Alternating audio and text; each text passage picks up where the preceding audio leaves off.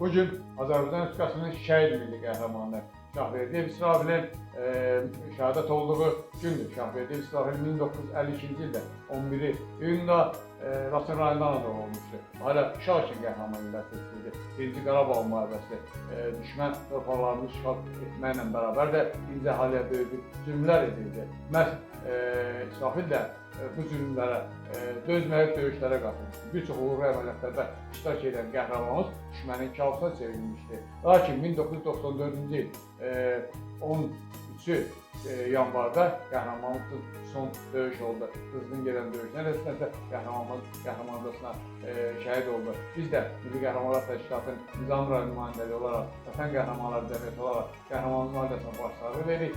İnşallah haqq gündəsdə qəhrəmanımızla görüşməyə Allah bizə nəsib edər. Gəlin qəhrəmanlarımızı unutmayaq. Onları gələcək nəslə, qəhrəmanlarını gələcək nəsillərə ötürək. Gələcək nəsillər məhz bu qəhrəmanları qəhrəmanlıqla böyüməlidir. Allah rəhmət etsin.